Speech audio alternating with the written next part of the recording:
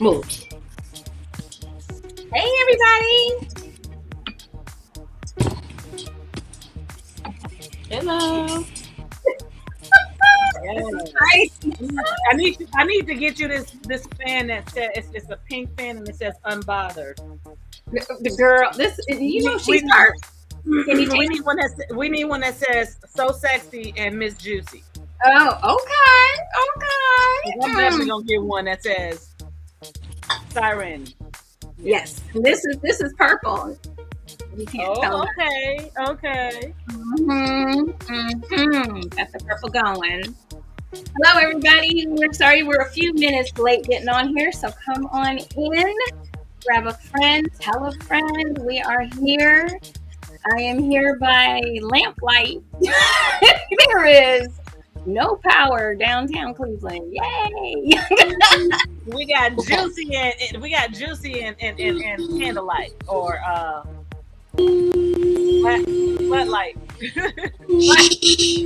Flashlight. Right. Got my little song playing in the background. Okay, I'm sorry. We should have played that. If we were allowed to. Yeah, right. We're sorry. Your video has been partially muted. I'm like, oh my god. Hey, man.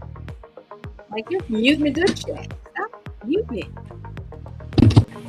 I'm excited about today's show because honestly, I feel like I know a tiny bit. I know nothing, so I know nothing. I'm excited too. I'm ready to learn. You know me. I want to learn. I got notes. That's why I got these lights going. I'm like, no, I'm not canceling. Mother Nature and I are good friends. You know, it rolled through like a banshee, and we're just gonna keep on rolling. That's how we're gonna do this. Hello, everyone. Welcome to Juicy Tales Erotic Chat. Come on in. Tell a friend. Yes.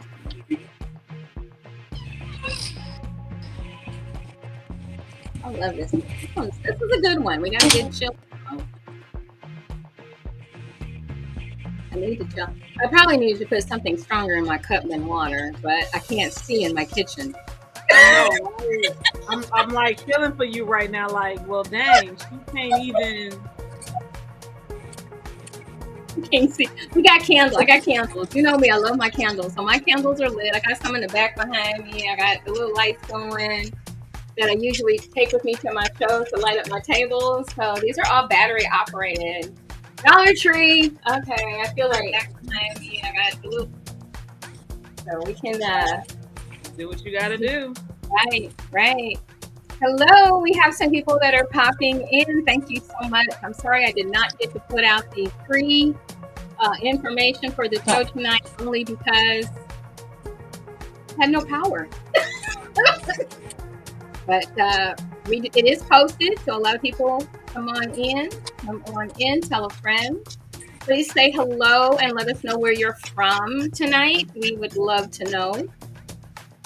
Make sure you put your name on if you're on Facebook so that we can see who you are and acknowledge you. Love to know. Put your name on if you're on Facebook.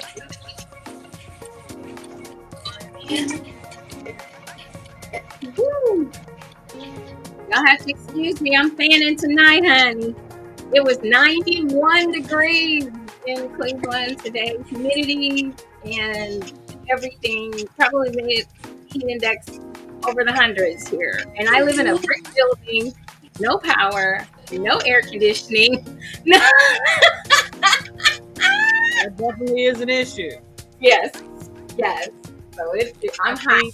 I think that places that can get anywhere above 95 degrees should automatically have air conditioning. Yes. I agree. Like, I need it's above 85. The Dallas, Texas area, mandatory air conditioning. Well, see, we're heat. You have to have heat here. There's no mandatory air conditioning here in LA. and yesterday it got up to 107. I don't want to hear it. I don't know why it's so. The highest that I've seen since I've lived here in California, 130. Oh wow. That's the highest I've seen.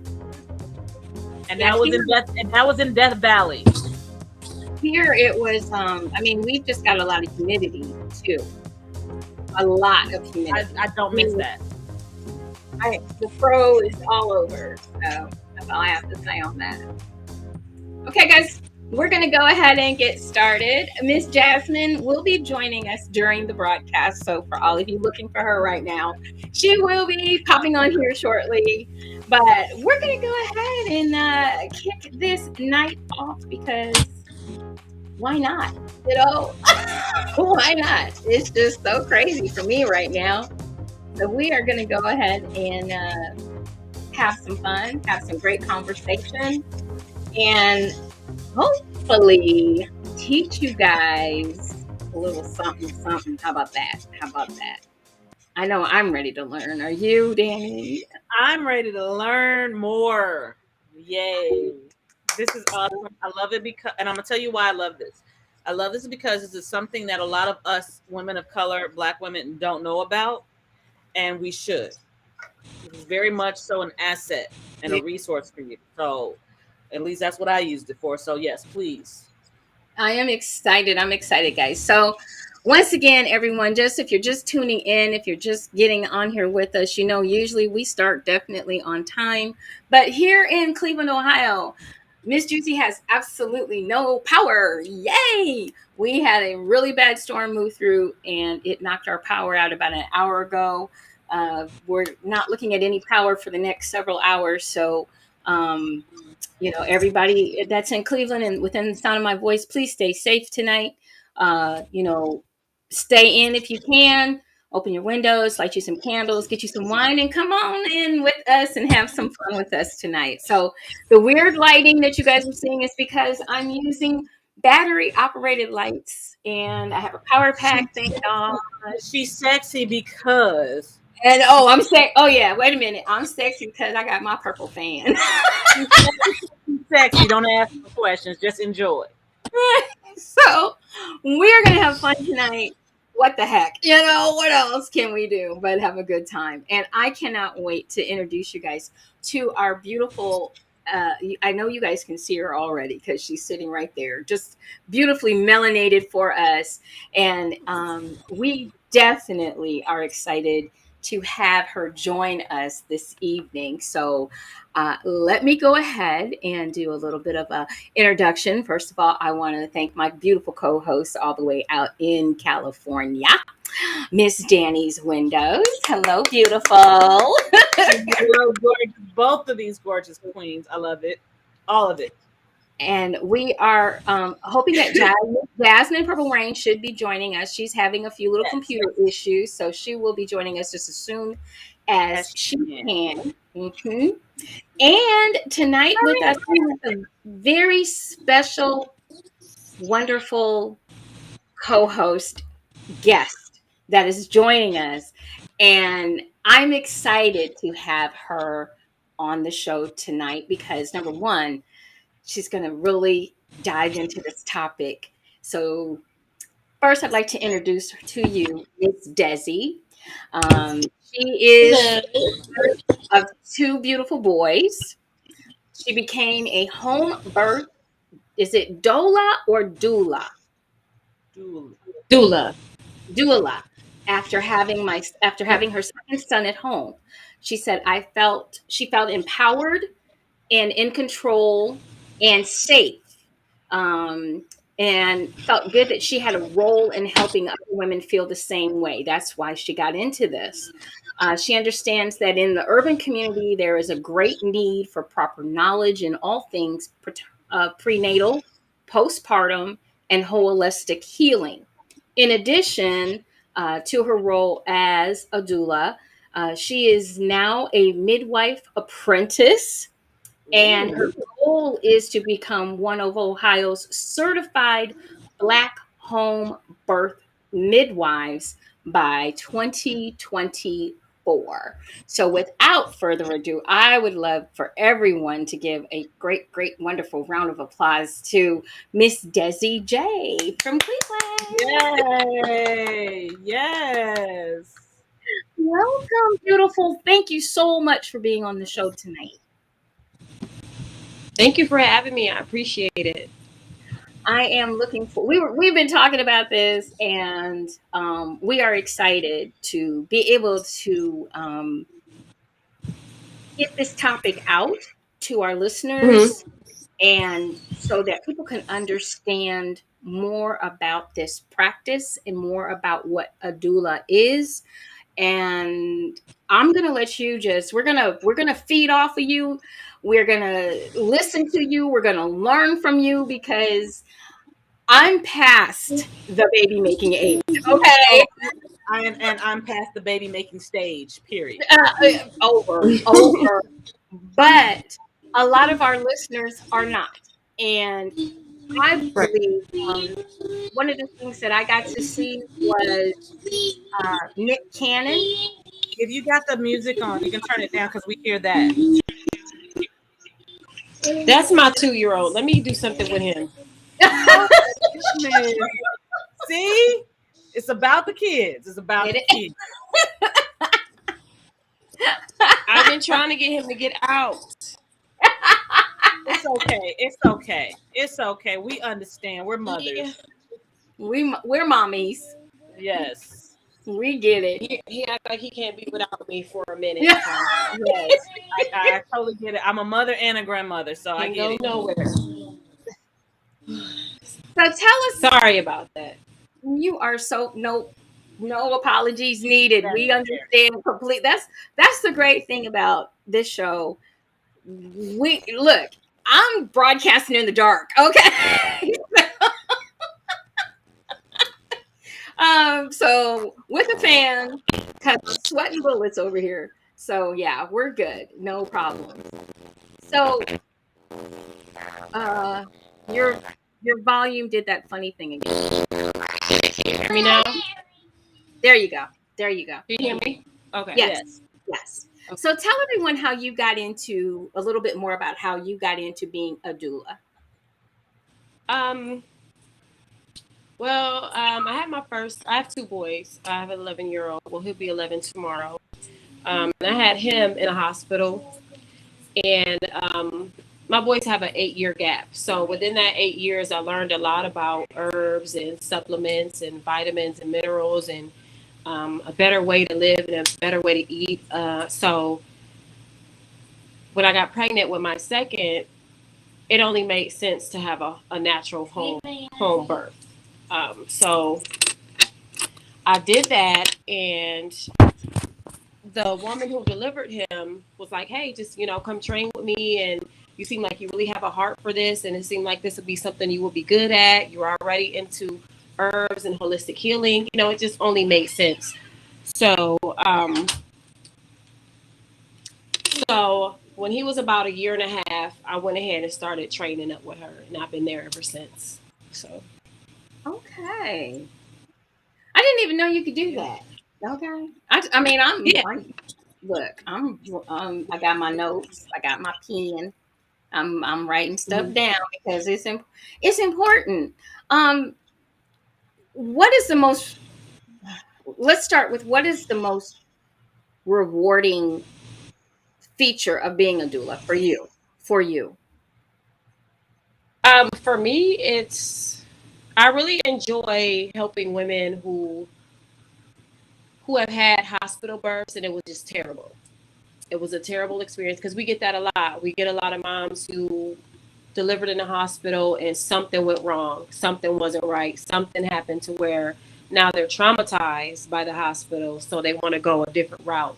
So it's really rewarding to see them have a baby at home and really do it, especially moms who have had C-sections. It's just really nice to see them from being told, "Oh, you'll never have a vaginal delivery since you had 1 C-section or 2 C-sections." It's just really nice to be able to help them do it.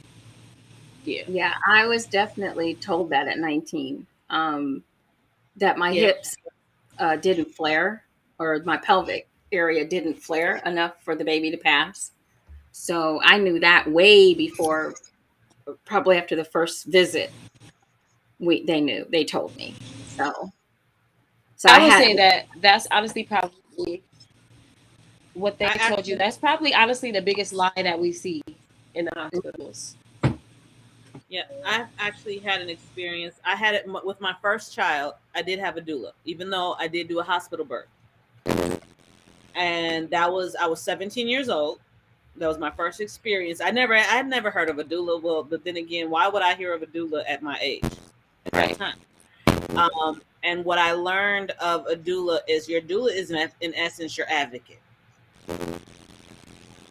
Whatever is needed in that moment, because they would be the ones to know, they're going to advocate for you, whether it be like, oh wow, yay, hey Vicky, whether it be, what it is, an epidural. Okay, so mind you, I'm 17 years old, I'm having a child. The first thing is that because of my situation, and we're not going to go into that, the doctor immediately puts in my my chart that I will have an epidural. I don't know what the heck that is. All I know is that it's supposed to be a painkiller, and I'm all for it because I don't want to feel pain. Right. Also, I don't know what the childbirth situation really is and how that's going to go. I don't know what my body's going to feel. I don't know what I'm going to be, how my mental status is going to be. And at that age, I don't know what the protocol is. I don't know what this person in the room, that person in the room, this person in the room, that person in the room is doing. Then I don't know why is this person touching me this way? Why are they exactly treating you like a child?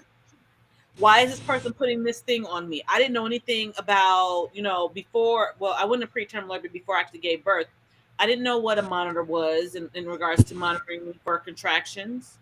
I didn't know what any of those things were. So to have my doula with me, and my mom, of course, she was that person that was able to, say, okay, this is what they're doing right now. I didn't know I didn't know what it was.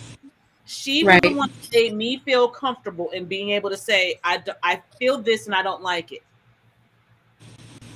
Or why are you doing this to my child once I've had the child?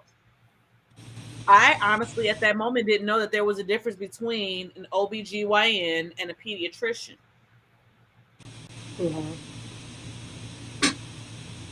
I didn't know anything about a wet nurse. I didn't know anything about a lactation coach. It's a lot of different things when it comes to childbirth that we don't know. And that doula, for me, was my advocate and for lack of better words, she was my book of knowledge. So I'm very grateful for her. Yeah. Yeah. Yeah. I would say lack of knowledge is literally one of the biggest things that I see with Black women in our community. It's just, and I hate to say it, but a lot of women don't care to even do research because we have so many resources at our fingertips right now. At this point, we have the internet, we have all types of things we can look up. And what I'm seeing is that is a lot of women they don't do the research. They don't. So it's important to have somebody that is actually going to advocate for you and actually be there. And some don't even know what to even look up. They don't. Yeah. So that's why I try to put as much information out as possible all the time because we need it. So Desi, what does it take to be a doula? What prepares you to become a doula for someone else? Patience, having compassion, caring about people. You have to act. You cannot be in it for the money. You cannot be in it just to go see a birth. You have to be in it for the right reasons. You have to want to help. You went garble. You went garbly again. Okay. Say that one more time. Can you hear me? Okay. Yeah. Yes. Yeah. Yes. Okay. I was just saying that you have to be in it for the right reasons. You can't be in it for the money. You can't be in it just to experience it. You have to be in it because you want to help and you want to be there and you want to, see these moms do it as naturally as possible, at least for me. I don't go to hospital births. I just stick to home birth. I have been to a couple hospital births, and the difference is literally night and day. Because even in a hospital setting, I'm so limited to what I can do, because I'm not being trained as a home birth doula is a lot different than doulas who are just in the hospital. I'm very hands-on as a doula. I'm doing counter pressure. I can tell which position a baby is in. I can tell if a baby is breech. I can tell if a baby is not in the right birthing position. I can tell if the mom is not in the right birthing position. And in the hospital, I don't have the clearance or the what the nurses do. Right. You're doing what the nurses do, and the midwife does what the doctor does in essence, but also some of what you do as well. You guys work in conjunction with each other. Right. But in the hospital setting, like they really don't let us do anything here. I know where I live. Because that's a risk and potential lawsuit, blah blah blah, on and on and on. Well, that's what they say, but what it really is, and even though, because not everybody can have a home birth. I never had one. I wish I could have. It wasn't right. The opportunity wasn't there for me. I didn't know enough to even know about home births, and what I did know about home births were that, I grew up in Christianity. It's not safe. You have to have doctors. Whatever. But right. I will say, having my doula at the hospital with me, for those who cannot have a home birth and will be at a hospital, still have the doula, because that doula will have the absolutely and the knowledge that you don't have. So if something goes left that you don't know, you can't recognize, that doula will definitely recognize it and be like, hello, this is what I see, and you'll be able to know how to move accordingly. So I will say, even though I'm glad you do home births, I'm glad you're going more towards home births, because now I can actually understand why. Even if you're going to do the hospital birth, just having that birth plan and having, your doula there to stick to that birth plan, say, this is what I don't want for my baby. I want to, there's things that we do in home birth that women don't know that they have the right to do in the hospital. Like, a lot of women don't know that they can delay the cord cutting. They can say no to vaccines. They can say no to erythromycin on the eyes after the baby is born. It's a lot of things that they don't know that they can't say no to. So it's important to have a doula that knows that. Again. Whoa! I need you to go all the way back. No, I heard. Oh, wait! They put what on the eyes? It's an antibiotic ointment, and a lot of hospitals it's called erythromycin ointment. I've heard of that. What do they use that for? In other ways? It's basically, if you have gonorrhea or chlamydia, that's what they put it on there for. To kill the bacteria. Yeah, but you can my pearls right now. But you can use breast milk for that. But you have to understand too, a lot of women don't know. Women don't have symptoms. Once again, the health education major in me comes out now. Women, and from personal experience, women do not have the symptoms of gonorrhea. We don't have any symptoms if we have gonorrhea. You can develop symptoms. It can be very late on.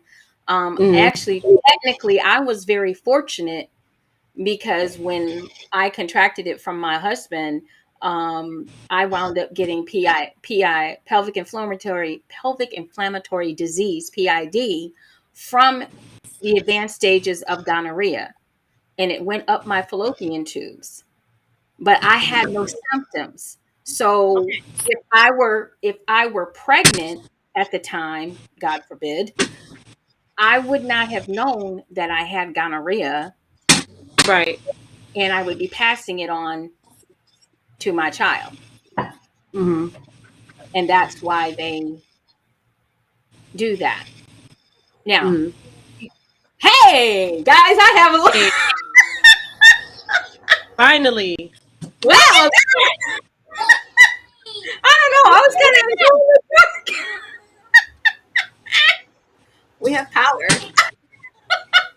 go. Let's hope we keep power because it sounds. Oh, that's right. Let's hope you keep it. Let's hope you keep it. Right, it's gone off a couple of times. But oh my goodness, I was 43 years old when I found out that they put that on the baby's eyes when they are born. Yeah. Yeah. That's that shiny stuff. You know when you see the I baby. know. I never knew what it was. I never knew. My Tony Baker voice. I never knew. But a natural alternative to that would be your breast milk. The colostrum that comes in, you just couple drops in the baby's eyes. That's a natural alternative to using the ointment that they use in the hospital. So a lot of women don't know that either. I need a voiceover of Tony Baker that said, I never knew. That's crazy. But honestly, that makes sense though. It makes sense as far as what you're saying that you can use instead.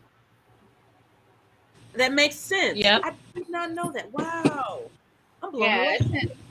So when you're talking about when you're talking to a woman or someone that wants to have a home birth, what are some of the things that how do you begin this process if someone wanted to begin this process, and when should they begin that process with a doula?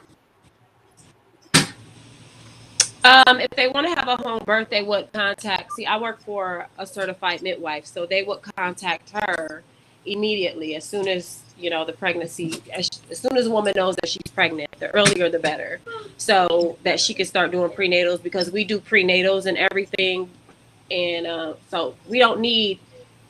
The mom doesn't need to go to the hospital for anything. We call in ultrasounds, we do the prenatals, we check vitals, we check everything that the doctor can check, we check. Okay.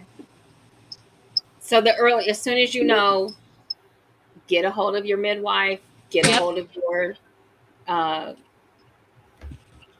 sorry, guys, let me get down the screen a little bit. So sorry. Get a hold of a midwife.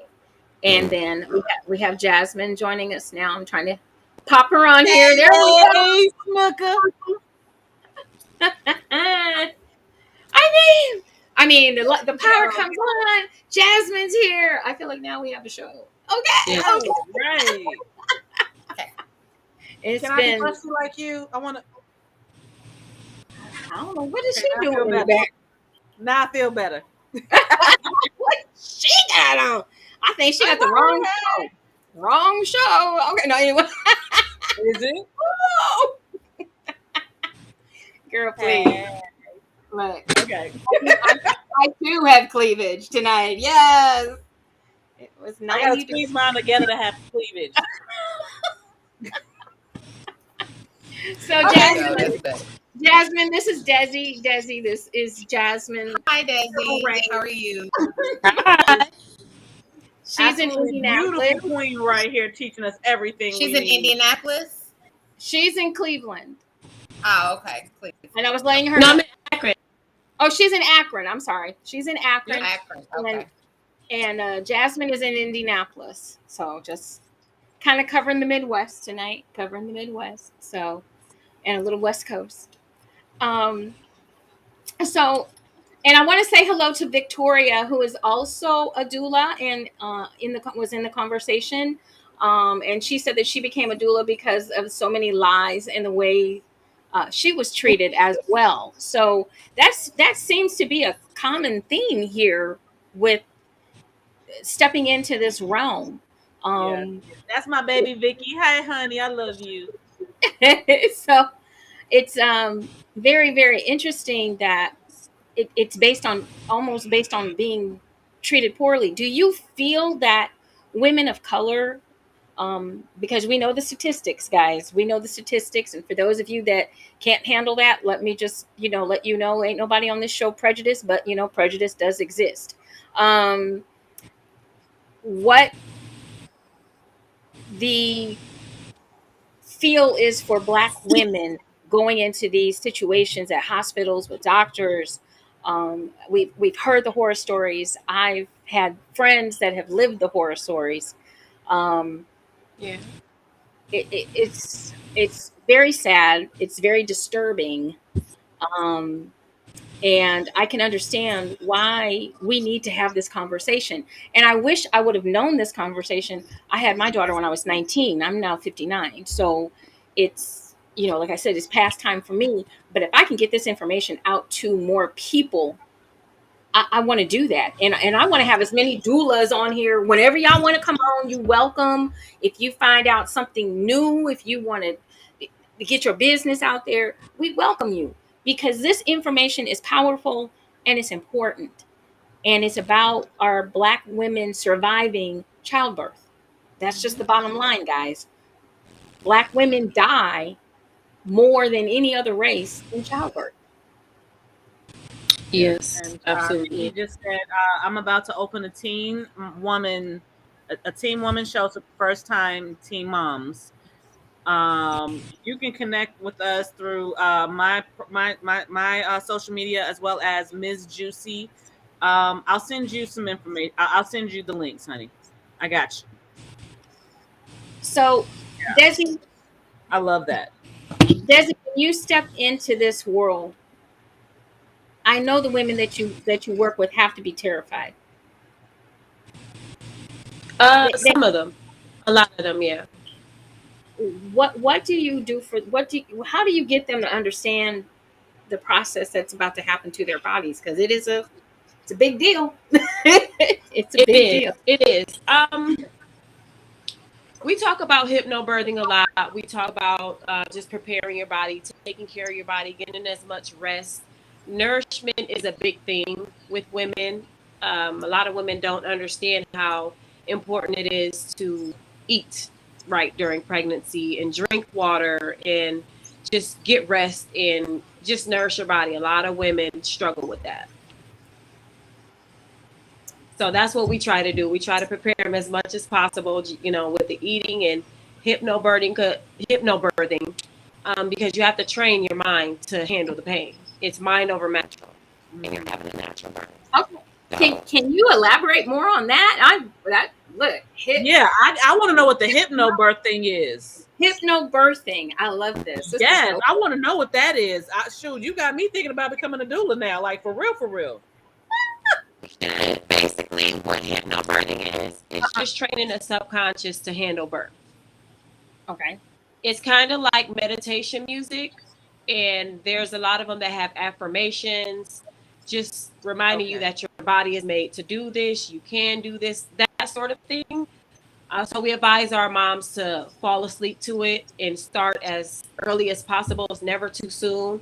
There's hypnobirthing books. There's all sorts of exercises you can do just to prepare your mind and your body for the pain, because it's a lot. Yeah, when you're pushing out something this big out of something this big, yeah, it's a lot, y'all. It is. A lot is an understatement.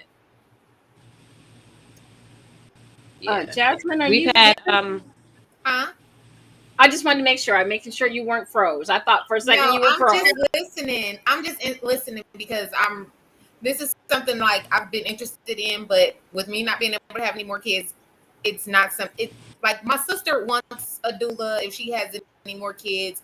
One of my friends became a doula after doctors told her, even though she had 2 C-sections, she couldn't give natural births, and her last 2 births were natural in water with a doula. Her oldest was 12 or 13 at the time when she had the first of her 2 youngest. He's now 16, 17. So she had gaps in between her second pregnancy and her third pregnancy. So it's just always been something interesting to me, and how they always put us at risk for the sake of medicine instead of protecting us. So I'm just listening. Right. Powerful. Yep. Powerful. That's another thing that we see. So do you so women that come to you, okay, let's find out if we have any, like, are we do we have a lot of women that doubt this? Do you get a lot of women that have never heard of this before? Maybe a friend has told them about it. How do you make someone feel comfortable? Because we are trained. Okay, let's just be honest. We are trained to believe we need to go to the hospital, although millions of people were born at home before hospitals. Okay, but there is a such thing. I will say now with COVID and everything and all of this information coming out, a lot of women are starting to wake up and say, hey, that may not be, like, a lot of women that we get have kind of heard horror stories, especially our first time moms. We get a lot of women that have watched, I don't know if you guys have seen it, it's called The Business of Being Born. It's a documentary. Okay. No, but it sounds intriguing, and I think I understand even exactly what you're saying about the business, because it is definitely a business. It definitely is. So we get a lot of women. I'm gonna be honest, we don't get a lot of Black clients. We don't, and that's a problem for me. And I'm honestly, that's why I put so much information out there, because we need it the most. And sometimes, I hope nobody takes offense, but it's like a lot of Black women don't want to invest in a home birth. Like, just being honest, because in the state of Ohio, insurance companies can say no, and they always do. But you also do have the ignorant factor. It's the ignorant factor, and that is, well, if you have women who, I'm okay. You have these young ladies who will get pregnant, and they're okay with getting pregnant.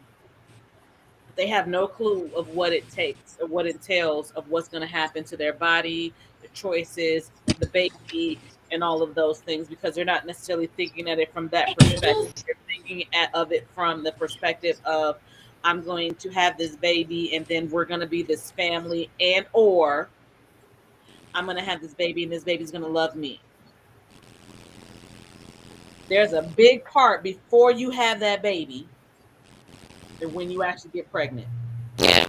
We don't even think about. Right. Absolutely. So that's why I'm glad we're doing this show. So keep going. And I feel like a lot of it is what you said, that we're trained.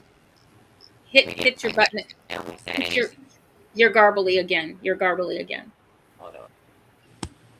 Can you hear me? There we go. There you go. Okay. I was saying, I feel like hold on.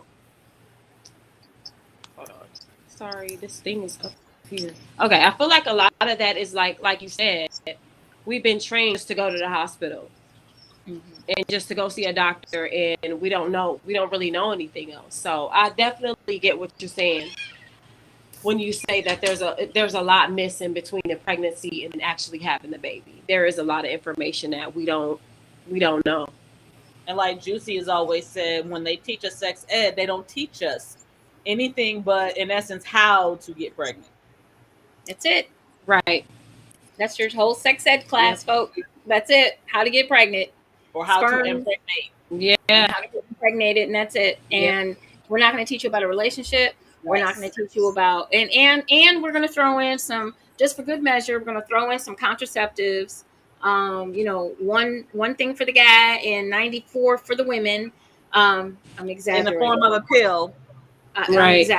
I'm exaggerating on the number for women, but women's contraceptives do outweigh men's considerably. We'll go with that. And male enhancement reigns supreme. And the problem with a lot of the contraceptives that are for women can also have adverse effects, adverse and devastating effects on a woman's body. I was just talking to someone today or yesterday about the female condom. The female condom didn't work because a lot of women were allergic to it. Basically, it wasn't convenient either. And it's not comfortable. And it wasn't comfortable, and it causes issues and problems with women's balance and on and on and on. So our young women aren't being taught any of this. This is a doula is definitely not in a health ed class, or it's just not there. That somebody would say doula and they would get to thinking about something else totally. They would not know that this or I would say back in my day we had heard of midwives, but I would not say in this day and age that you really hear that much about a midwife. And then on top of it, let's talk about people of color, because you all know that's where this platform is. We trying to reach one, teach one. We don't talk about people of women of color that are dying in childbirth, um, having complications, extreme complications, crazy complications. Uh, and if you're in a hospital, a lot of people you would think that you're not going to die having a child. And can But I ask you this that's not the question? case. Because I'm sure you probably know more about it. I know you know way more about it than I do. The question of, because one of the things back in the day when I found out about a doula, and we found out about it through a childbirthing class. That's how I found out about a doula. A lot of people feel like when you say doula or midwife, and please do not take this as trying to be defensive to anybody, but a lot of people of color that I came in contact with when I said doula or you say midwife, they think, oh, that's white people shit. Can you please give us a history lesson? I mean, I've heard that, but I mean, okay. Well, first of all, there's a big difference between a midwife and a doula, and a lot of women don't know that either. A midwife is somebody who is there medically, and the doula is there to advocate, to do certain things. I really don't know how hospital doulas work, so I'm just going to explain it from a home birth perspective, if that makes sense. The way that I was trained as a doula is I am there for pain management. I'm there for mental health. I am there for just that emotional support. Now, what a midwife does is everything else: deliver the baby, check, do the checks, the dilation, and Baby gets nursing. And a lot of women don't know that there is a difference between a midwife and a You doula. sound like a robot still. You went garbly. doing it. Is it? Can you hear me now? Yes. Okay. I don't know what you heard last, but can you just still keep hear going. me?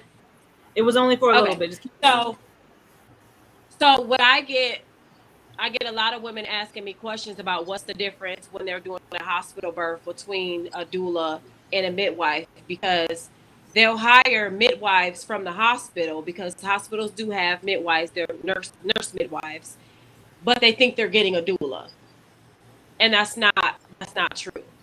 No. So I would say there's a lot of misconception between what a doula is and a midwife is, but a lot of people do feel like it is. The difference that I can see in regards to the home birth and the hospital birth is you're not able to do the things that you would probably normally do, but you are able to inform us. Right. Like if I was to attend a hospital birth, the only thing I can do is advocate for you. The only thing I can do is let you know what's going on. So in essence, the difference is that your hands are tied in regards to doing it for me versus informing me. Right. So like you were saying, when they told you that your baby was too big, in a home birth setting, we can switch positions to where your pelvis will open up more for your baby to come out. Whereas in the hospital, if they determine that your baby is too big and your pelvis is too narrow, they're just... If that makes sense. Say that again. Towards the end, you broke up. I was saying that in a hospital setting, like they told you when they said that your pelvis was too small and the baby was too big, In home birth setting, I can switch your position to where you can have your baby. But in a hospital, I can't do that. So they're just going to determine that your baby is too big and they're going to section you. Yeah, because you're only usually in the hospital. I mean, let's just be honest.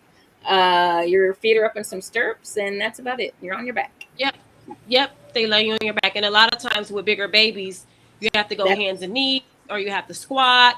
You just have to do something to open your body up more, and they don't bother to let you do that in the hospital. No, because your feet are up in stirrups, and your pelvis will not widen as much as it could if you were squatting. Right. At all. And like I said, a lot of people don't know these things, and these are things that we need to be teaching so that we can have more healthy babies. So what we're going to do is we're not going anywhere. We're just going to take a short pause. We're going to come back. We got to pay a couple of bills here. Let our wonderful sponsors do their thing. We don't want you to go anywhere. Go get a sip of water. Go get a sippy poo. And we'll be right back with more Juicy Tales Erotic Chat right after this little short pause for the calls. And it will be short, guys. Here we go. This is Miss Juicy of Juicy Boutique, your one-stop shop for erotic excellence. We have BDSM products, we have games, we have lingerie, we have it all, whatever it takes to make your juicy journey exciting and romantic. Make sure you check out our full selection of products. Let us set up for that home shopping party, bachelorette, birthday, anniversary, divorce. It doesn't matter. Wherever erotic fun is, you can find Juicy Boutique. We are RA Media, radically authentic media consulting. Give your story a voice with RA Media. Email us at nick@ramediallc.com. No hair product. Now tell you. Kingdom Inspirations is your digital media shop. Our mission is to provide elegant and high-quality editable templates that suit your business, personal, and educational needs. Check us out on etsy.com/shop/Kingdom Inspirations. Email us at kingdominspirations@gmail.com. Came to make sweet love, not me. Who came to kiss and love, not me. Who came to beat it up, Rocky. And don't use those hands to put up that gate and stop me. When we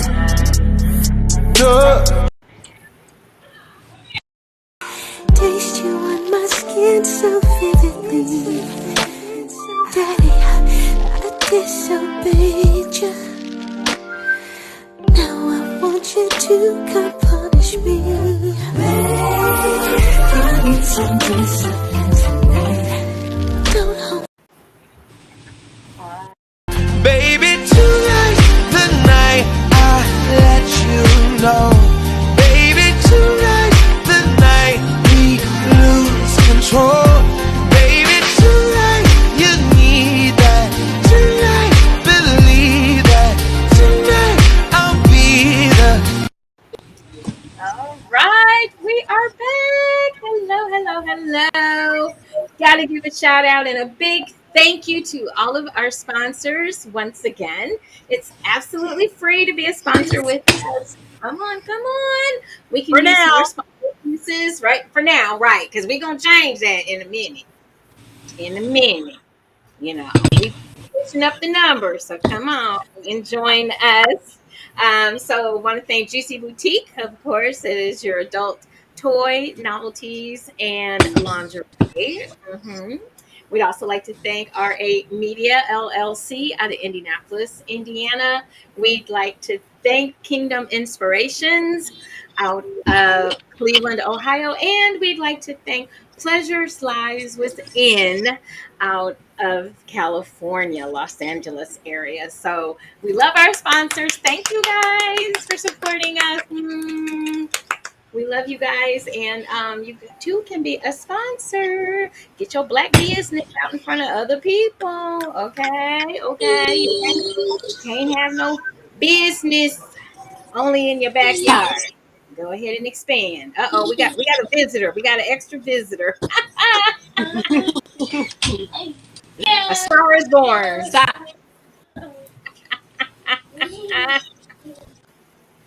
He loved his mama. We can tell. Yeah. Can't get away for 5 minutes. Where's he at? We want to see him since he's. It's okay. He can love on mama, and mama can love him back. It's okay. Mama can love. It's okay. All of that. Come here. We're No? here for Okay. it. Now you don't want to do it. That's Right. what it is. Now he don't want to do it. He gets a chance and he won't. And it happens at every age. Right. Okay, so Victoria stated at home you have more versatility and comfort. Okay, so that's a great point. That is a great point. Desi, I'm wondering if you could give us a couple of more like pros to having the doula and midwife situation. That was a great point right there. Home birth. The home birth. The home birth. Can you hear me? Can everybody hear me good? Yes. Okay. Just making sure. Okay. Well, yeah, like Victoria said, it's definitely would be more comfort and versatility in your own home. There's just no pressure. There's no pressure to vaccinate. There's no pressure to get on birth control. There's no pressure to do anything. You're in control. The only time we will step in and say you need to do this, that, or the third is if we see you need a position change or something's not working, or something positional is the only time that we will step in and say, hey, you need to do X, Y, and Z. This isn't working. Other than that, everything is up to you. If you want to birth in the pool, you can birth in the pool. If you want to be on the bed, the floor, the birthing stool, whatever you want to do. So it sounds like so a little bit about control. Mm-hmm. Yes, definitely more control, and it's obviously it will be more natural. We do a natural vitamin K for the baby. We advise our moms, to nurse. We help them nurse. We have lactation consultants come out if there's an issue. Yeah. All right, now Basically, it's just I was gonna say, what are the safety? Because as much as we'd love to believe that every birth is going to be smooth sailing, I'm sure that you run into some issues. So what someone that's been thinking about doing this and thinking about being at home and home versus Hollywood female comedian. Sorry about that. Usually my phone is on do not disturb, but because I was tethered. Some people they talk about, being at the hospital, I have more, if something went wrong, there's doctors, there's this, there's that. What can you tell us that will happen at home should something go wrong? We don't want anything to go wrong. But Well, I would definitely say make sure you know who's certified and who's not. Like the state of Ohio, for example, there's no regulation on being a home birth midwife. I can say I'm a home birth midwife right now and start delivering babies if I wanted to, and nobody could do anything about it. So I would say definitely, but there are certifications that you can get if you want to have those credentials, because having those credentials, you have that trust. So I would definitely make sure that your midwife is certified, make sure that they can handle babies who get stuck, make sure that they can handle hemorrhages, make sure that they know what to look for if there is a need to go to the hospital, make sure they know what to look for early on so that it's not too late by the time, if something was to happen. I've been doing this for about 2 years, and I saw my midwife handle a hemorrhage with herbs. So definitely make sure you have somebody who knows what they're doing. My god sister gave birth to my baby, my nephew, and she wanted to have a home birth. Everything was set up for her to have a home birth. The problem that she fell into was she labored for 24 hours, and they found out that she had a tilted pelvis. Mm-hmm. And after 24 hours of laboring at home, she ended up having to go and have a C-section. Have you found something like that, or do you see a workaround for that? Or I don't know if I'm wording that properly, but do you understand what I'm asking you? I mean, I've seen my midwife deliver women who have had like different type of pelvic floor issues. We use pelvic floor therapists. So normally my midwife is trained to catch something like that before it's an issue.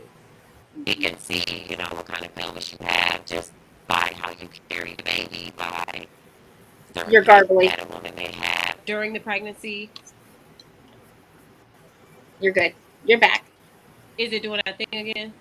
You're back. You're back. Oh, okay. You're back. Okay. So, it's just important to have an experienced midwife. The midwife that I work under, she's been doing this for 22 years. She's seen it all. I've seen it all working with her. I've watched her handle hemorrhages, stuck babies, a ripped cord, all that. Just definitely make sure you have somebody who's trained and ask those questions beforehand. I would say that. So have you seen where, or do you know of where they'll say that the woman has a tilted pelvis and that's what's stopping the baby from coming out? Yeah, we've had that before. What would that be? What would that protocol look like? That would be something position. Just maybe changing mom's position. Right. Okay. Maybe doing something different. Maybe. One thing I want to add to that is, honestly, a lot of women have a tilted uterus. It's not unusual. I have one. I have one. Yeah. Right. It's very common. I think they make it sound grandiose. Like, oh shit, I have a tilted uterus. I'm special. No, you're not. I just want to take. I do the one thing I do want to do. I think is really important. If we're talking about a home birth versus going to the hospital, and people keep telling you have a tilted uterus, so do most of the women that are of childbearing age have one. Yeah, I just want to take that away. And that would be a positional thing. Maybe you need to labor on hands and knees and have the baby come down through the back instead of the front. So it's just positional. So would you say that maybe that midwife may not have been as experienced as they probably could have been? Not say right, I did not say should. I said could. She might not have been that experienced. Go ahead. But the other thing too, I think even though tilted uteruses are not uncommon, every tilted uterus is different. So right. It might have been, if she labored for 24 hours, waters broke a long time ago. That's a lot of stress on her and on the baby. Yeah. But it's a lot of factors that go into that. What we see when a woman is laboring for maybe baby has a hand up or two hands up, because that can stop labor and prolong labor as well. So it could have just been positional for the baby. Okay, and I'm asking that because because I knew she was having a home birth. She didn't tell everybody, but I knew she was having a home birth, and I was excited about it. But then for her to it was a period of time, because she's in Texas and I'm in California. So it was a period of time that it was like no communication, and she just all of a sudden she sent us a message because we're family. She sent us a message saying headed to the hospital, tilted pelvis. We'll have baby at the hospital. Keep you posted. Mm-hmm. So I guess my thought process was, okay, so at what point does a midwife say we need to go to the hospital? They do monitor, right? They have the birthing, so they're knowing that the baby could be going into distress. Mm-hmm. Yep, we take heart tones every 20 to 30 minutes. Okay, that sounds right. And we're monitoring mom, doing blood pressure, all that stuff. So I've seen women labor for, I think the longest that I've experienced was about 3 days. Mm-hmm. But it's all about just being patient and having a. We don't see any deceleration with the baby's heart rate.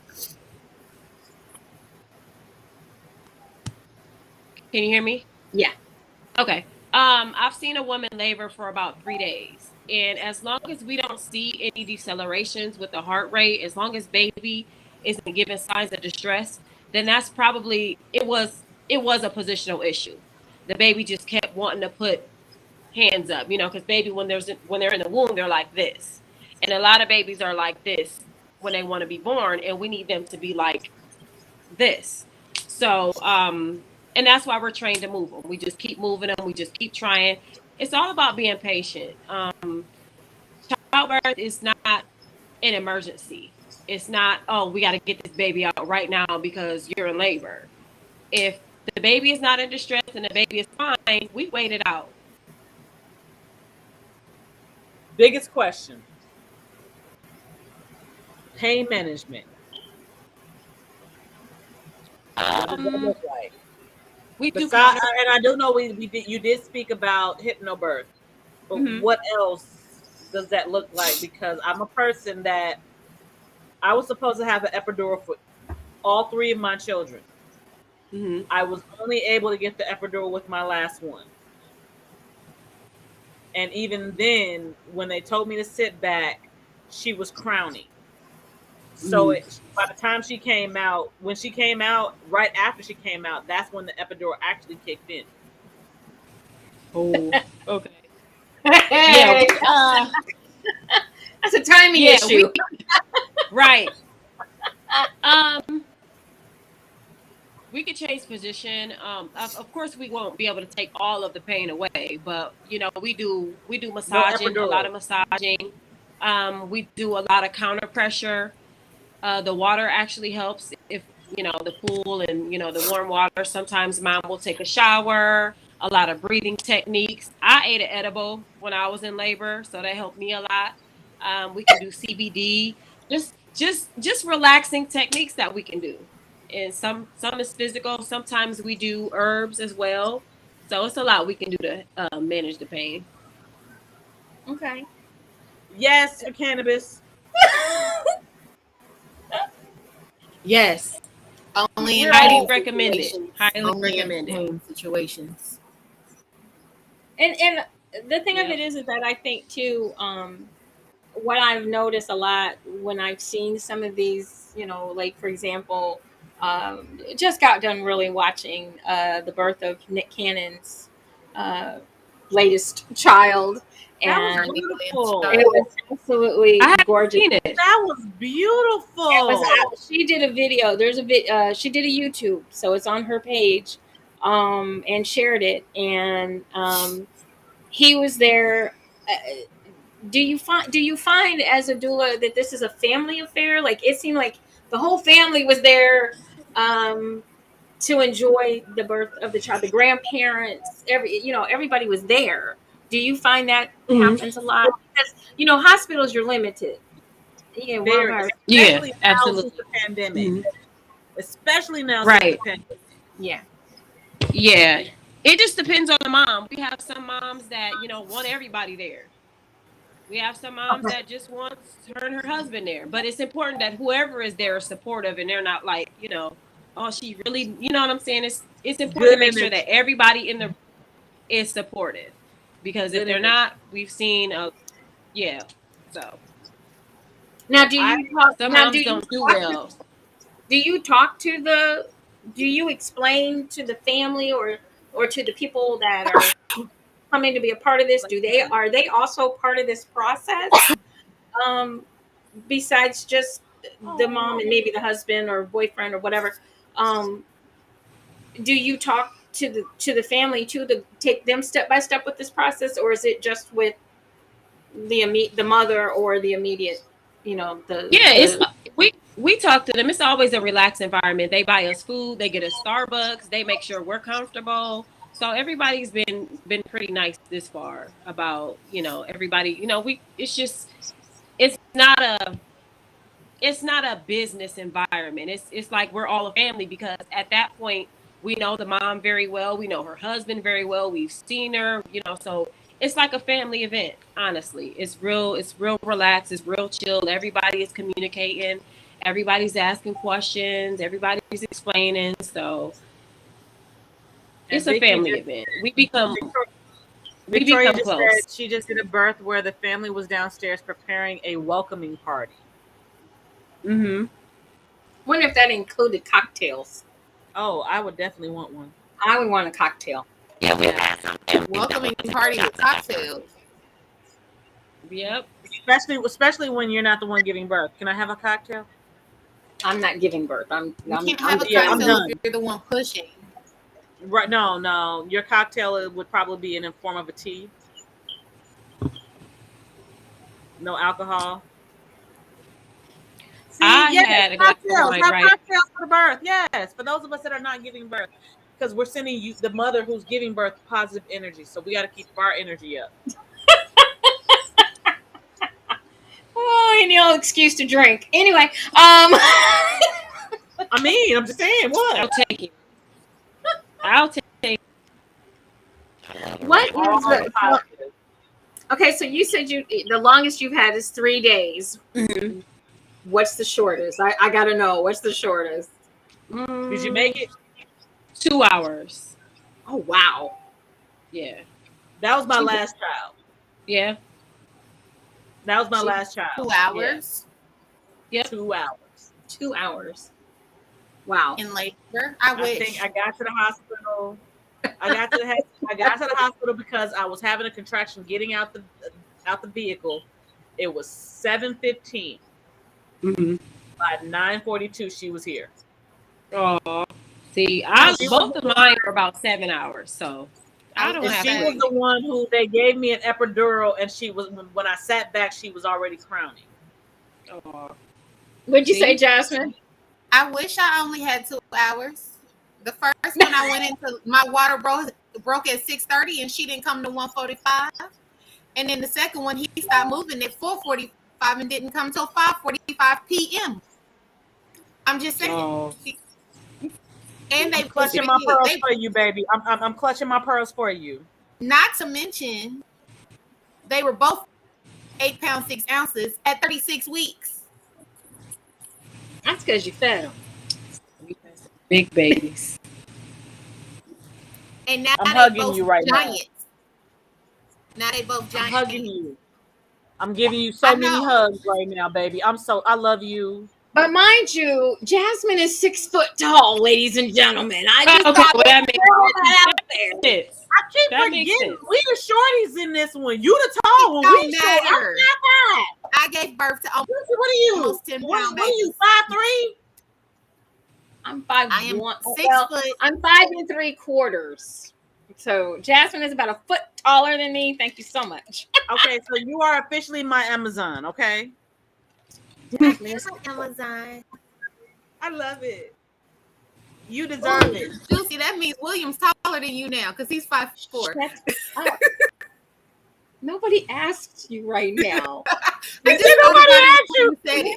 We will talk. I just thought about it with it though. I love you. Will talk later. We will talk off the air. Now everybody knows that my little nephew is taller than me. Who cares?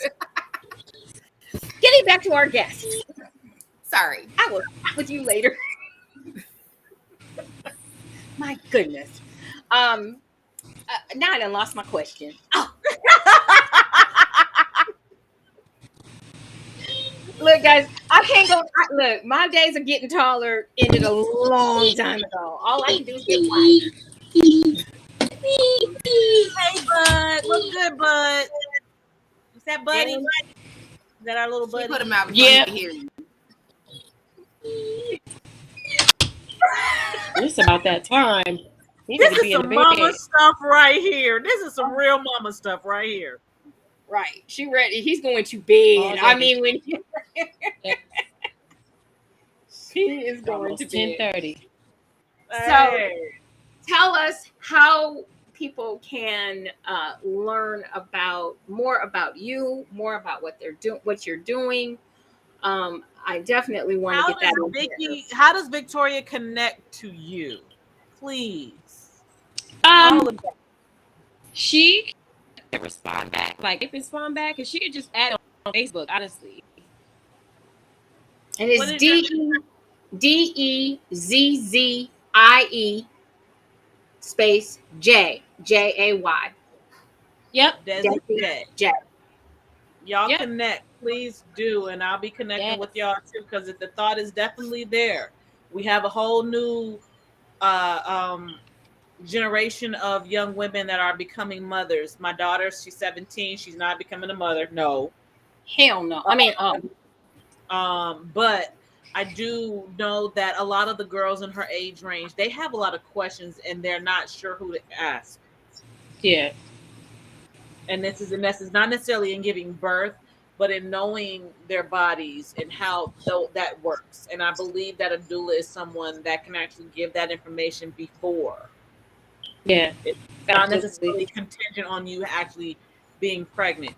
It's information that you need so that you know your body, as well as what Miss Juicy does and having her certificate, her degree, and doing what she does. We need more information for women of color, Black women, young ladies, Black ladies, females, so that we know our bodies, so that we can counter what those that don't know. We need to know our bodies. Right.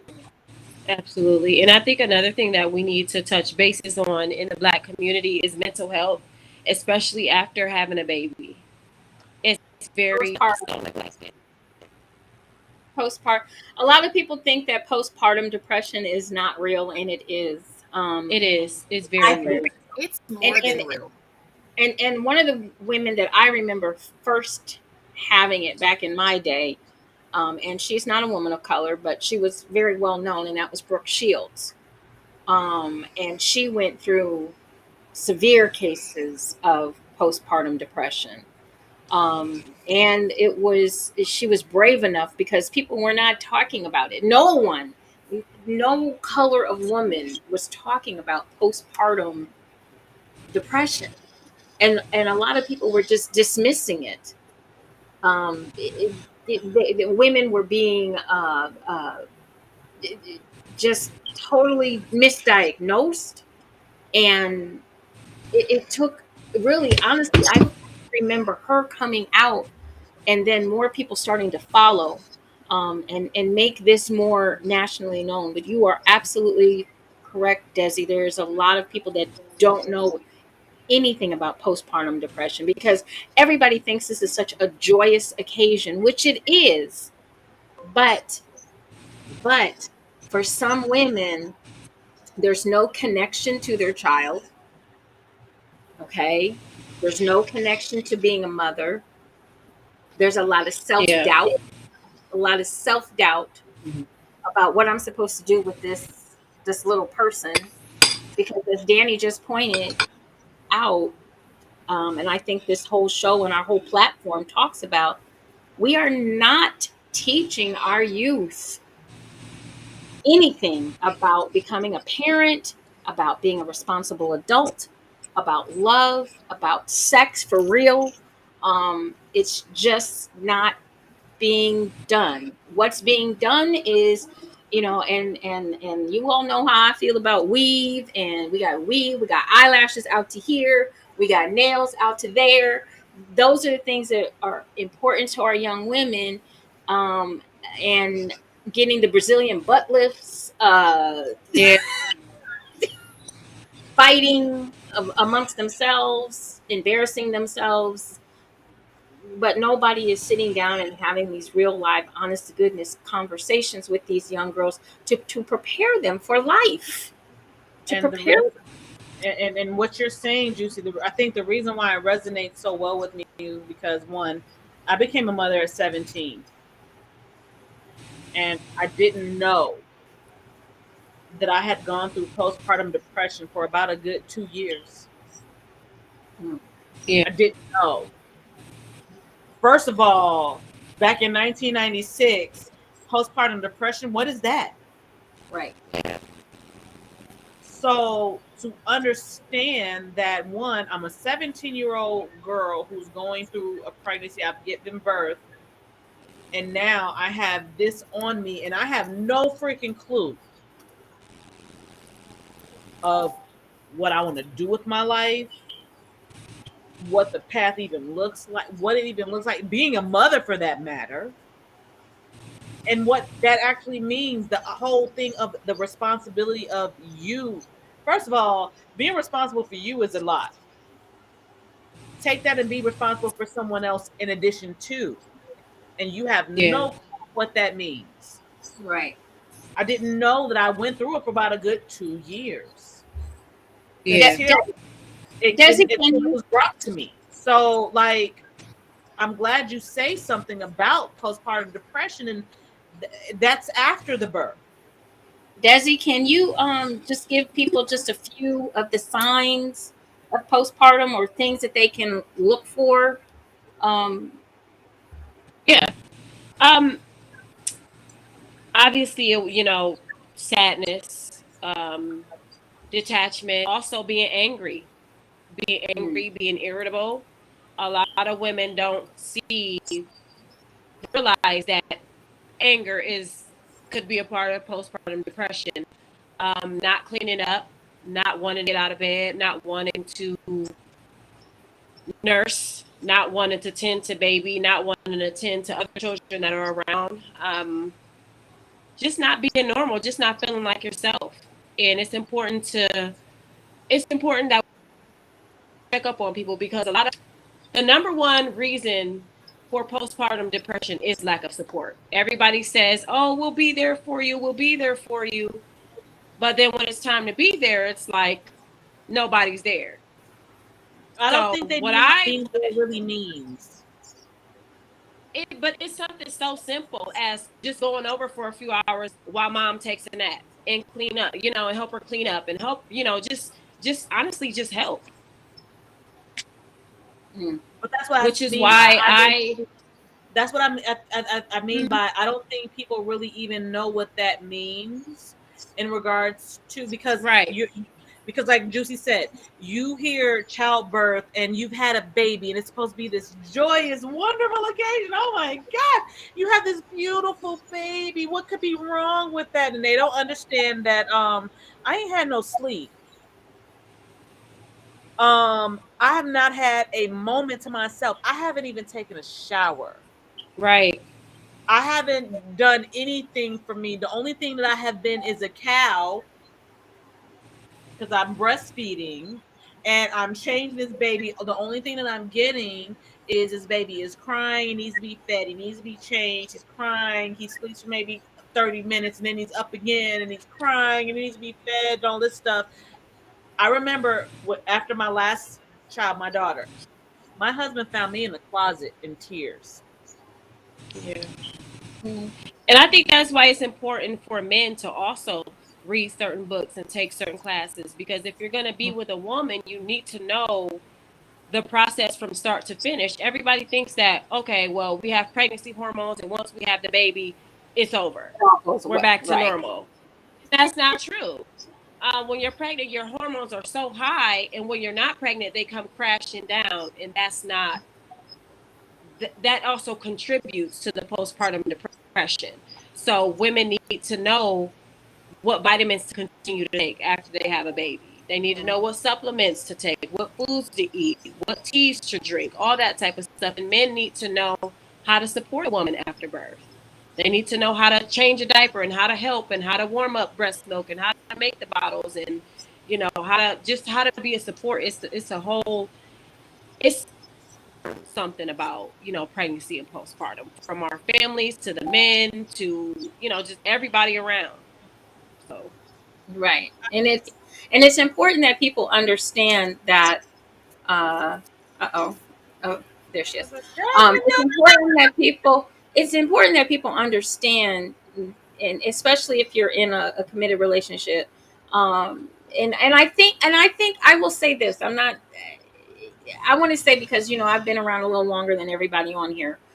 I believe it's changing for the men. I do believe that men are starting to do better with the support. And there, you have to also look at another thing that happened with men a lot of the times. Of course, their work was done once they got you pregnant. That's kind of their mindset. Okay. Some, Yeah. not all. Not, Some, not, not all. I'm not saying all. I never say that.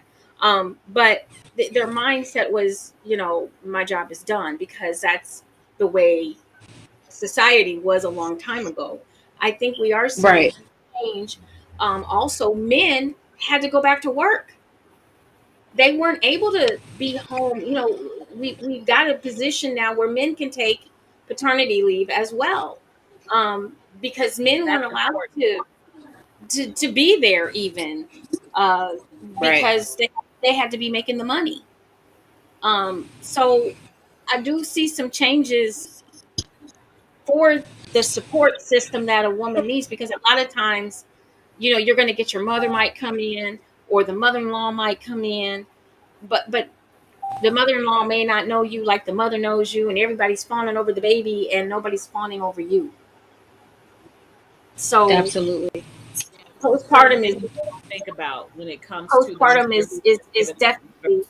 definitely, and I would love to do a show on that too. I would love to do something I where think we should. I we think talk we about should. that. Yeah, I think that's an important Yeah.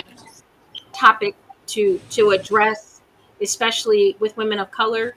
Like I said, we're not educating, we're not teaching, we're getting there, we're starting, we're trying, and we just have to be very consistent and continue to do so, because all of this tonight was, and we only touched the tip of the iceberg. Right. I definitely got to have you back, okay? Yes, Yeah. yes. Absolutely. Because this is so important. I want our mortality rate to be up with our beautiful black babies, and I want us to do it in a healthy Our way. goddesses. I want it to be to the point where women do understand. I can remember, I just, this popped into my head, because I know, Danny, you were talking about being a teenager, and I was 19 when I had my daughter. Um, but I remember a friend growing up in high school, who wound up getting pregnant, and she was in high school. I think I was in junior high, but we lived on the same street. And I remember her carrying the baby like a doll, no support, not carrying the baby correctly, and she just kind of thought of this thing as a doll, not prepared to have a child, in any way, shape, form, or fashion, because you're not carrying the baby correctly, Can I not just say supporting this the. really quick? So it's real important that we keep doing this, and we keep teaching. Go ahead, Dan. I want to say this to anybody who is watching this. If you are a mother or any kind of support system to a young lady who is having a baby, and she does not have the information or the knowledge, I understand it's very cute for her to be having I understand the baby is cute. Not taking anything away from the child that was born. Just because that baby was born doesn't mean that she doesn't need help, assistance, encouragement, knowledge, training, teaching, someone to be there. Now, this does not mean that you are to browbeat her, make her feel bad about what has happened to her, because that does not help her at all. It is not your job to make her feel less than, like she's done something wrong or anything, other than you did a great thing because your body was able to do it. Period. Do not make a young mother, feel like she's less than because of whatever happened to her, because you don't know. But be there for that mother. That mother needs that. Just because that baby came out of her does not mean that she's okay. Right. And it doesn't mean she's ready. That emotionally, mentally, and financially. And just so you understand, that whole postpartum depression thing is physical as well. So all of those things, she still needs your support, your love, your empathy. Don't shun her because, oh yes, the baby is cute, gorgeous, and everything else. But once you leave, all those other things that come along with being a mother and having a baby and being a baby, you're not a part of anymore. And she has to deal with it. She doesn't need you leaning in on her, telling her that her life is over or anything in that realm. Encourage her, support her, be there for her. Give her an hour. Give her a half-hour nap. You'd be surprised at what that can do for her. Absolutely. Yeah. Yep. And this goes out to we talked about this a few shows back.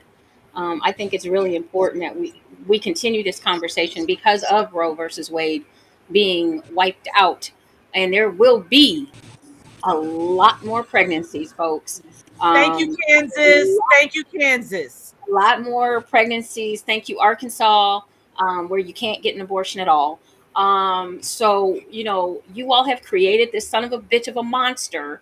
So you get to now share it. And all you motherfuckers, excuse my language, but this pisses me off that all you old ass white men standing out in front of fucking Planned Parenthood with absolutely incorrect and wrong pictures of an aborted fetus, you can kick fucking rocks, because number one, a woman cannot get pregnant by herself. So whenever you all decide to step up to the plate and own up to what you've created, hello, because it takes a sperm, not a sperm, and a lot of you are just sperm donors. Takes a sperm to fertilize an egg. Okay, you should have learned that much in sex ed, but you didn't, because you just didn't pay attention.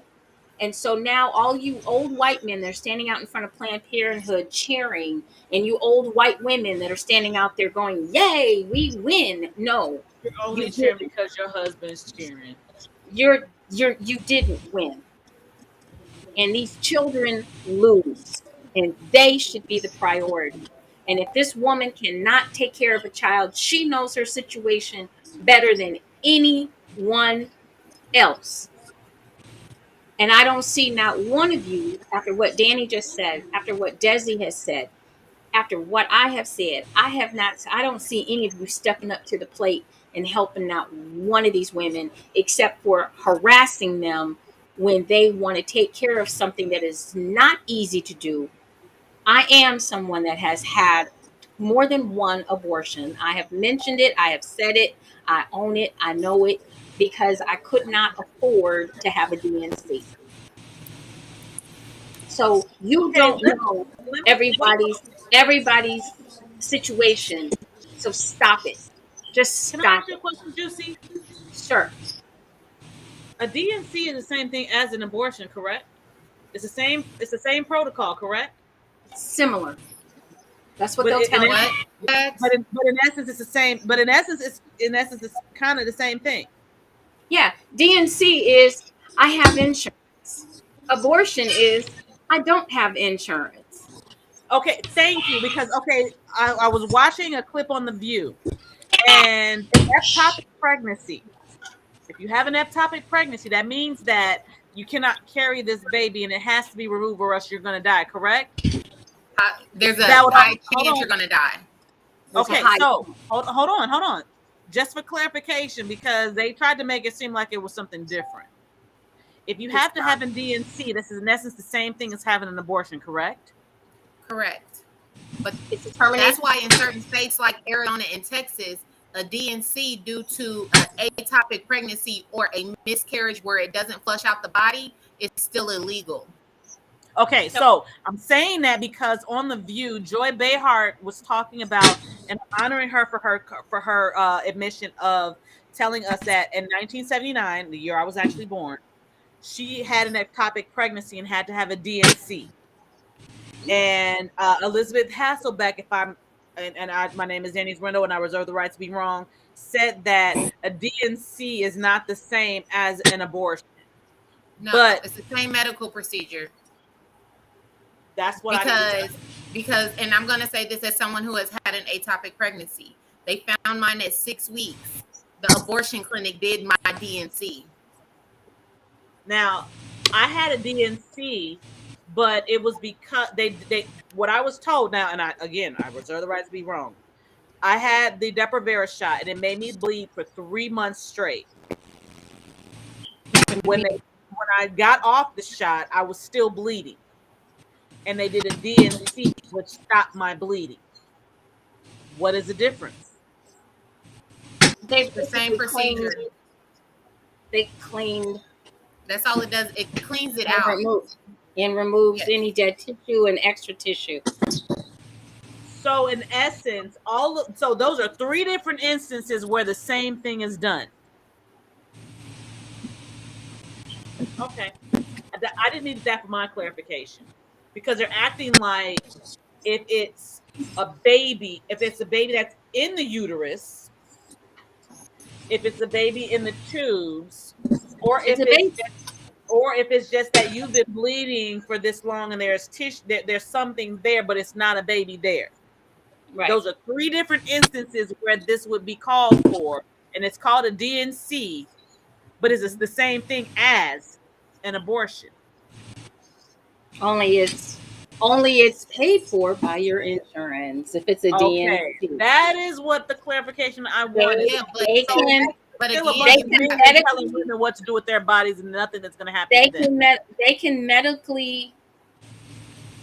make a medical statement that states that you need a DNC, but because of all these switches in the laws, now in Ohio it's 6 weeks and a heartbeat, but now they're trying. I might warn the men, because they're trying this now too. It's coming up. If they detect the heartbeat, you get to start paying child support.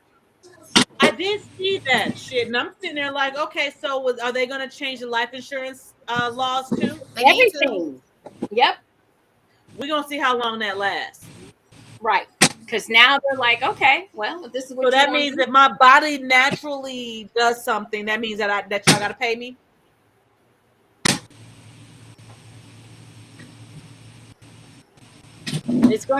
They've opened up a can of worms, and they can't close it, because now, okay, let's go ahead and get this legislation that says, okay, well, you said I'm pregnant, I can't terminate it at 6 weeks. We can't go half on an abortion anymore. You can pay me some child support, because I got to go to the doctor. I got to get a doula or a midwife.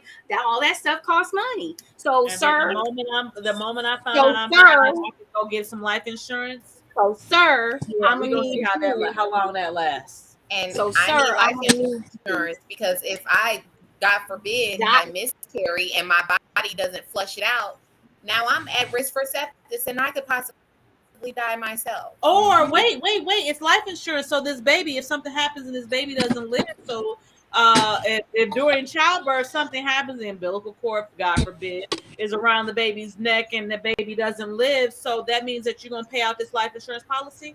Mm-hmm. Yeah. That's what they're saying. All of these things are now coming out, and they're going on the table, plus more. And just so you know, I think the lady who is fighting her ticket of getting a ticket because she was in the HOV lane, she's pregnant, and she's gonna win. Y'all because she's got 2 people. You said it's a life. You said 2 people. It's a life. So she's going to win. So people, sometimes you should just leave shit alone. But no, go ahead, men. Keep thinking. Go ahead. I am so happy that Desi, you have shown us all of these things. Sorry about the sidebar stuff that we just did, but hey. Yeah, I enjoy it. Go ahead. I'm like so happy. Like honestly, I had a doula. My son will be 26 in November. It was 26 years ago. I had a doula. I did not have a doula for my second child or my third child. I am so happy that you do what you do and you're giving the knowledge that you are giving and that you are who you are so that our queens, our Black goddesses, our Black women can see someone like you and know this is out here and it is to your benefit. And it actually is something from what I remember from back then, we've always done, even in slavery. Yep. Yeah. They say it was slavery. We were already doing it. I wanted to share with you guys. You know me, I had to go do a little research. So really quick, I wanted to get the so the origin of doula comes back from ancient Greek. Okay, so back as far as you can go, and it's meaning a woman who serves. Today, the doula refers to a professional trained to provide emotional, physical, and informational support to women throughout their pregnancy, birth, and early postpartum period. So those were all things that we discussed. And I wanted to tell you the origin of a midwife is from Old English. So the term midwife is an Old English expression dating back to the 14th century, which means with woman. The term was used as early as 1303. Although midwives were always a part of the American births, the nursing midwife profession was brought to the United States by Mary Breckenbridge. So just thought, a little trivia there for us as well. Of course, our history with midwives and doulas, of course, is probably lost somewhere. But we're going to bring it back, okay? Because it's important. It's important. It's important. It's important. And And then understand from the stories that they've told us when it came to childbirth, who did they call? a midwife, They wasn't calling no doctor. nope.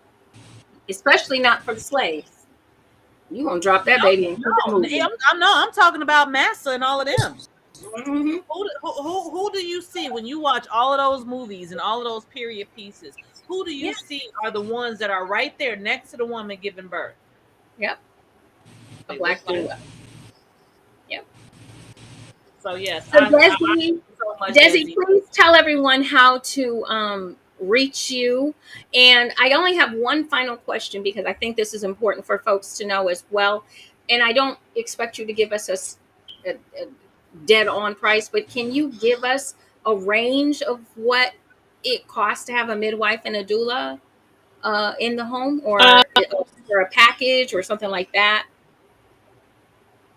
For a home birth, the normal range It's about 900 to it depends. If for first time moms, it could be a little more. For moms who have had C-sections before, it could be a little more just because of the risk and certain things. But the midwife is normally a home birth midwife. She's normally going to have a team with her, so you'll get everything is included: your prenatals, your team, your support. Everything is included in that price, so it's not extra. We call it an ultrasound, so that's included. So if the average price of having a child is $40,000, granted that nothing goes wrong, that's the base price. Hey, Juicy Tells a Right Chat just saved y'all some money, about $10,000, basically $35,000. Yeah, y'all can send that to us to help us out, okay? Because if you don't want to go spend that much, my Cash App is Danny's Window. if you want to spend that much, then you can do it right here in your home, okay? Oh my. I had no clue. That was interesting to learn. So once again, Desi, please tell everyone how they can reach you. I am totally floored, totally loving this, and we totally have to have you back. So tell everyone how.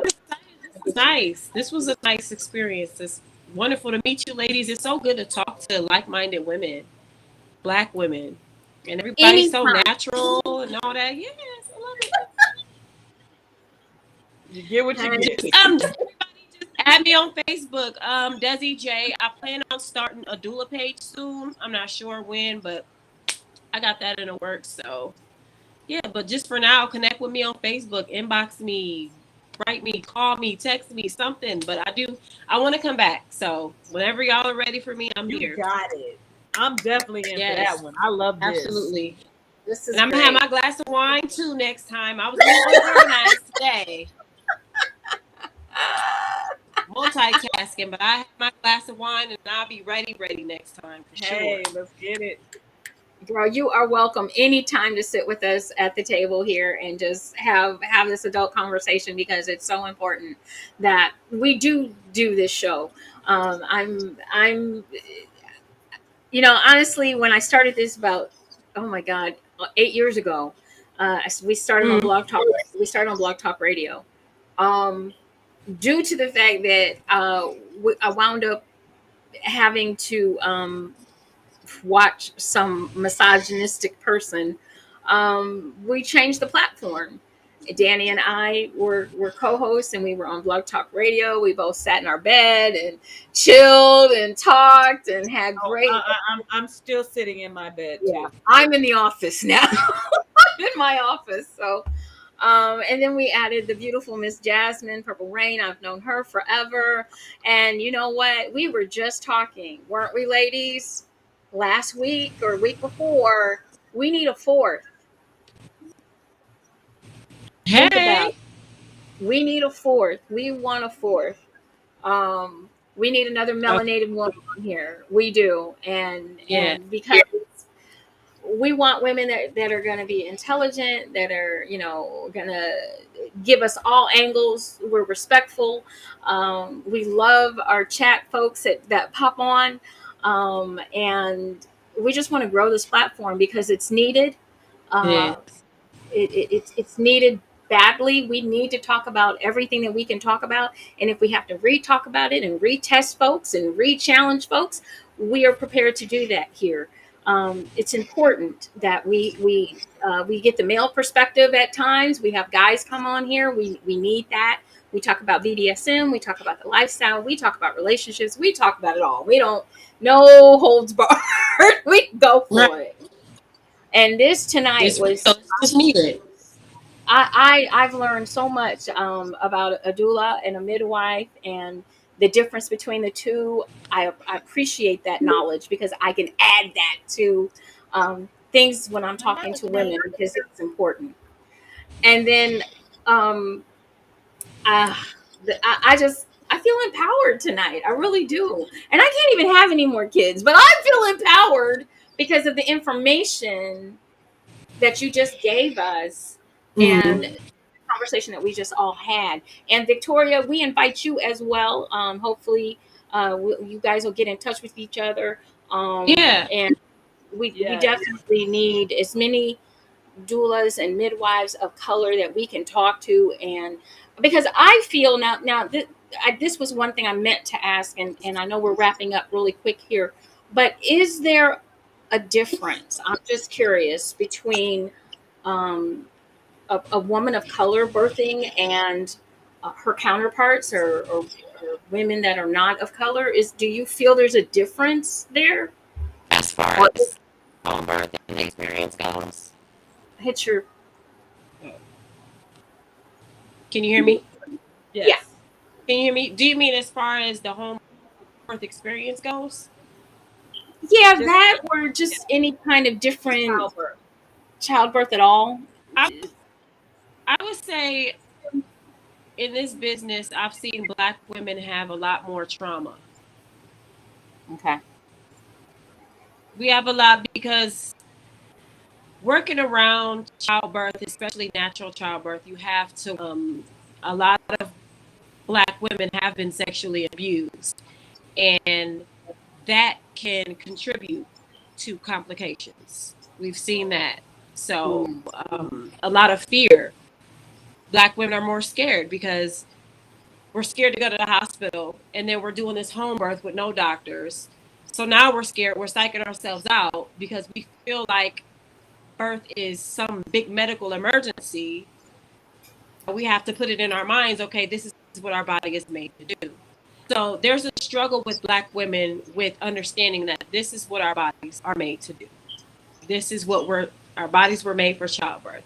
Just let it happen. It's not an emergency. It's not something that we need doctors rushing around in a lot of medical intervention. So I would say that that's the biggest difference that we just have to work around a lot of fears and a lot of trauma with our Black women, which makes sense because we've been programmed for so long. So right, and we've been traumatized for so long, and still are. yeah, yep. All right, ladies. Well, once again, oh my God, I love you guys. We had a great show. Fun. Thank you for having me. I really appreciate it. No, I really appreciate you coming and answering and going, taking the chance with us, because I can't really explain. I think sometimes I don't do the greatest job explaining how this goes. I just want everybody just to have a conversation. I just want us to get, and we can agree to disagree. We don't always agree on everything, and we don't have to. Call the chat, and it's a chat. Let's just find out together. So, well, I loved it. I was a little nervous, but that's okay. It was a good experience. I'm glad we broke the ice, girl. Yeah. Well, we hope that everybody will come back and join us again next Monday night for another marvelous Monday on Juicy Tales Erotic Chat. We're going to be right here.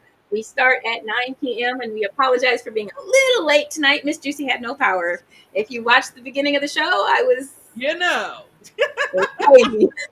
And then the light came on, and then Jasmine came on, and then it just went crazy. Then yeah. So join us next Monday night. We start at 9 p.m. for our folks on the East Coast and our wonderful friends in Barbados.